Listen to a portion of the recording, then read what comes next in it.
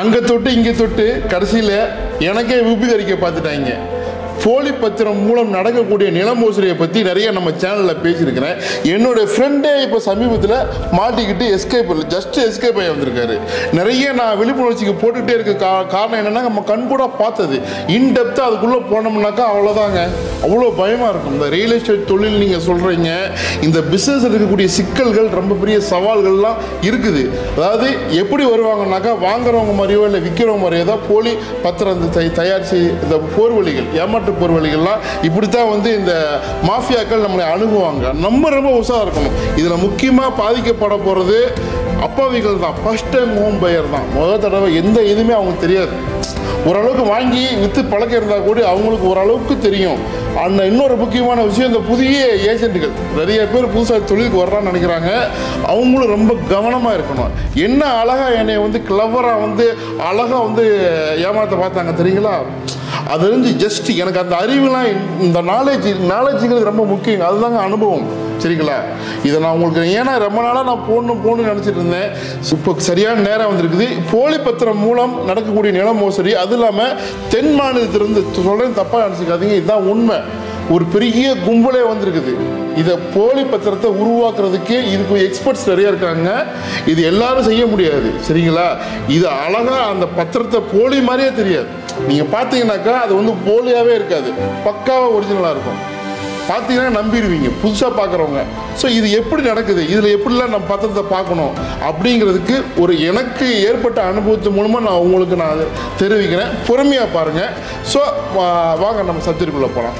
நம்மளை விபூதி அடிக்க பார்த்தாங்கன்னு சொன்ன பாருங்க. அந்த சப்ஜெக்டுக்குள்ளே போகிறதுக்கு முன்னாடி போலி பத்திரம்லாம் என்ன அப்படிங்கிறது நான் உங்களுக்கு சொல்லிடுறேன். நான் போலி பத்திரம் அப்படிங்கிறது ரெண்டு வகையான போலி பத்திரங்கள் உருவாக்கலாங்க. ஒன்று, அதாவது இன்டெப்த்தாக போகாமல் ரெண்டு கேட்டகரியை நான் பிரிச்சுக்கிட்டேன். ஒன்று, ஒருத்தருடைய ப்ராப்பர்ட்டியை ஆள் மாறாட்டம் செஞ்சு போலி பத்திரம் மூலமாக விற்கிறது. இன்னாருடைய ப்ராப்பர்ட்டிங்கிறது வேற. சரிங்களா? யாரோ ஒருத்தங்க சொத்து வாங்கி வச்சுருப்பாங்க, அந்த சொத்துக்கு போலி பத்திரம் உருவாக்கி வேற ஆள் மாறாட்டம் மூலிமா இதுதான் போலி பத்திரம்னு சொல்கிறது. இன்னொரு வகை இருக்குது. அரசாங்க நிலத்தை ஏதோ ஒரு வகையில் எப்படியோ ஒன்று இவங்க பேரில் வந்து மாற்றியோ இல்லை ஏதோ ஒரு ஃபோர்ஜரி வேலை பண்ணியோ அதுக்கு டாக்குமெண்ட் உருவாக்கி பண்ணுறாங்க. இதுதான் ரொம்ப ரொம்ப கிரிட்டிக்கலான கேட்டகரி. இதை கூடி ஓரளவுக்கு நம்ம வந்து அனுபவம் இருக்கிறவங்க, இந்த வக்கீல் லாயர்ஸ்லாம் கூட கண்டுபிடிச்சிருவாங்க. இதை கண்டுபிடிக்கிறதா பெரிய விஷயம். ரெண்டாவது வகை கேட்டகரி தான் அரசாங்க நிலத்தை எப்படியோ பண்ணாங்க. என் விஷயத்தில் எப்படி பண்ணாங்கன்னு சொன்னாக்க ஆச்சரியப்படுவீங்க. அதையும் நான் சொல்லிடுறேன் நான். சரிங்களா? இதில் ரெண்டு வகை நீங்கள் புரிஞ்சுக்குங்க. வாங்க சப்ஜெக்டுக்குள்ளே போகலாம்.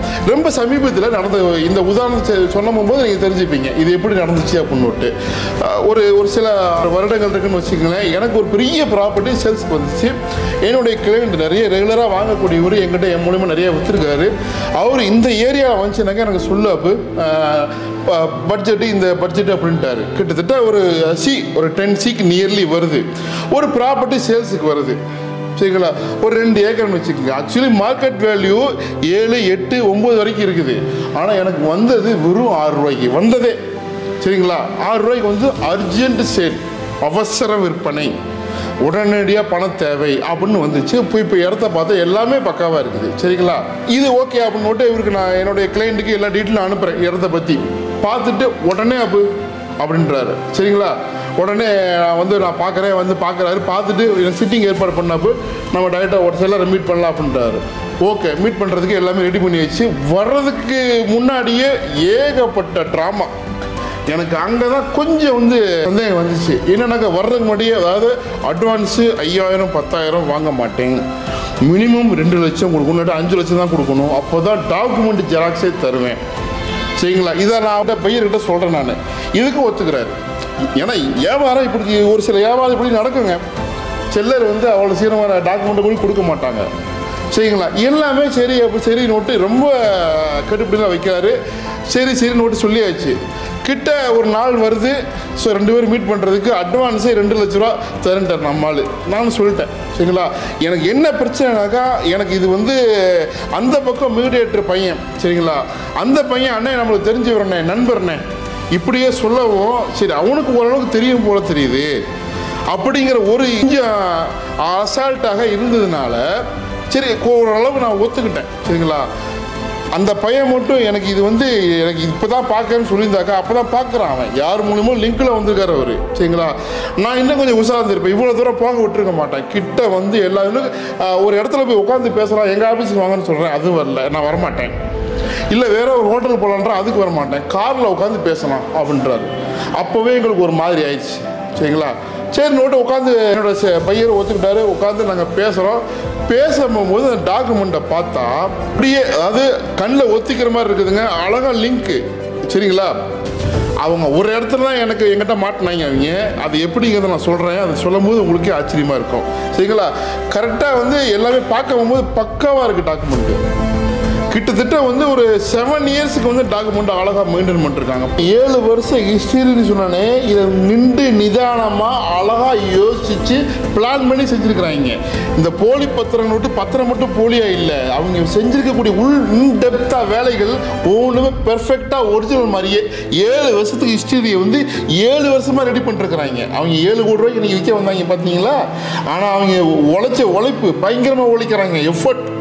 அதாவது போலி பேர்கள் எவ்வளோ எஃபர்ட் போடுறாங்க பார்த்தீங்கன்னாக்கா ஆச்சரியமாக இருக்கும். அதாவது எப்படிப்பட்ட லாயராக இருந்தாலும் சரி, எப்படிப்பட்ட அனுபவம் வாய்ந்தாலும் சரி, கண்டிப்பாக கண்டுபிடிக்க முடியாத அளவுக்கு கரெக்டாக ஹிஸ்டரி ரெடி பண்ணுறானுங்க. அந்த டாக்குமெண்டேஷன் பக்காவாக பண்ணுறாங்க. இதற்கு ஒரு பெரிய எக்ஸ்பர்ட்டு, இதை கொஞ்சம் கூடி தவறு இல்லாமல் மைண்டாக செய்கிறதுக்கு எக்ஸ்பர்ட்ஸ்லாம் இருக்கிறாங்க. அந்த அளவுக்கு இன்டெப்த்தாக பண்ணிருக்காங்கன்னா பார்த்துக்குங்க, நல்ல வேலை.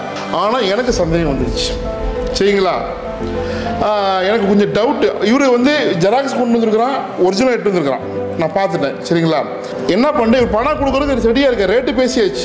அது சொன்ன ஒரு மார்க்கெட் வேல்யூ கூட எனக்கு கொஞ்சம் ஒரு 1.5 கம்மியாக இருக்குது, சீக்கிரமாக முடிக்கணும். அடுத்த கட்ட பணம் வந்து 2 கோடி ரூபா வந்து அக்ரிமெண்ட் போடணும், அட்வான்ஸ் தரணும்.